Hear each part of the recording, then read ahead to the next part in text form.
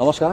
প্ৰতি মাননীয় মুখ্যমন্ত্ৰী ডক্টৰ হিমন্ত বিশ্ব শৰ্মালৈ আমাৰ শিল্পী সমাজৰ অনুৰোধ, আজি আমি একত্ৰিত হৈছোঁ আমাৰ হিয়া আমঠু জুবিন গাৰ্গৰ ঘৰত আৰু আমাৰ আটাইৰে এটাই ইচ্ছা, এটাই অন্তৰৰ পৰা আহ্বান, এটাই দাবী যে জুবিন গাৰ্গে ন্যায় পাব লাগে।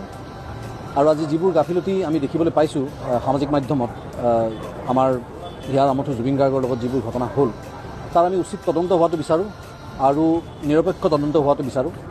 কোনেও যাতে ক্ষমতাৰ জোৰ দেখুৱাই আইনৰ হাতৰ পৰা সাৰি যাব নোৱাৰে, সেয়ে আমাৰ আপোনালোকৰ ওচৰত আস্থা, বিশ্বাস আৰু অনুৰোধ। আৰু বিশেষকৈ আমি এটাই ক'ব বিচাৰিছোঁ যে মুখ্য আকৰ্ষণ বুলি ইয়াৰ পৰা লৈ যোৱা জুবিন গাৰ্গক যেতিয়া তাত আমি হেৰুৱালোঁ, তাৰ পাছতো যদি আমি যিখিনি শুনিবলৈ পাইছোঁ যে তাত এই এনি ফেষ্টিভেলটো এটা অন্য নাম দি কণ্টিনিউ কৰা হৈছে, চলাই থকা হৈছে। গতিকে মই ভাবোঁ আৰু আমি আটাই ভাবোঁ যে যেনেকৈ দেশৰ বিপক্ষে মাত মতা মানুহজনক আমি দেশদ্ৰোহী বুলি কওঁ, এইটো এটা জাতিদ্ৰোহী অপৰাধ আৰু ই অক্ষমনীয়।